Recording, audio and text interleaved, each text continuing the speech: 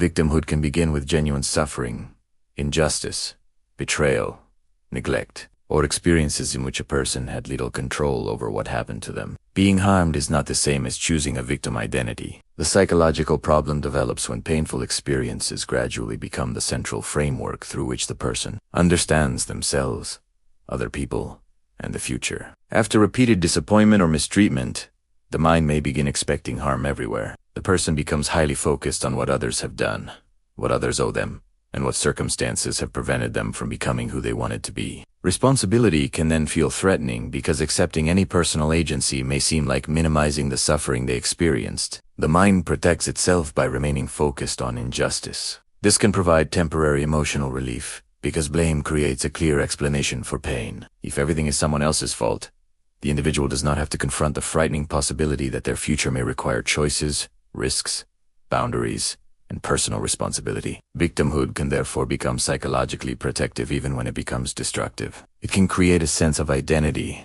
belonging, moral certainty, or justification for anger. The person may repeatedly revisit past injuries, collect evidence of unfair treatment, compare their suffering with others, or interpret ordinary setbacks as further confirmation that life is against them. Over time, the original wound can become surrounded by layers of resentment and helplessness. What began as a legitimate experience of being hurt can gradually become a belief that nothing can change unless other people change first. The hidden roots of victimhood often lie in learned helplessness and a damaged sense of personal agency. When someone repeatedly experiences situations in which their actions appear unable to change outcomes, they may eventually stop believing that their actions matter. This can produce passivity, resentment, dependency, and chronic externalization of responsibility. The person may continue demanding fairness from a world that has never promised perfect fairness, while becoming increasingly disconnected from the choices still available to them. Healing does not require denying what happened or pretending that injustice was acceptable. Genuine healing begins by acknowledging the harm without allowing the harm to become the entire identity.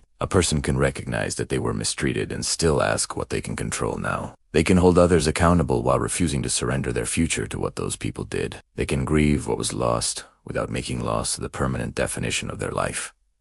Personal responsibility is not self-blame. It is the recognition that although you may not control what happened to you, you can gradually influence what happens next. This shift can be painful because agency creates responsibility, but it also creates possibility. The deepest transformation occurs when the person stops measuring their life only through what was taken from them and begins recognizing what remains within their power to build. The past may explain certain wounds, but it does not have to become a permanent prophecy. You can be wronged without becoming permanently powerless. You can experience betrayal without becoming incapable of trust. You can acknowledge injustice without allowing resentment to consume every future opportunity. Victimhood loses its psychological grip when suffering becomes part of the story rather than the entire story. The goal is not to erase pain, excuse those who caused it, or deny legitimate grievances. The goal is to recover the ability to act, choose, rebuild, and create meaning beyond what happened. Healing begins when the question changes from "why did this happen to me" toward "what can I do with the life that remains?"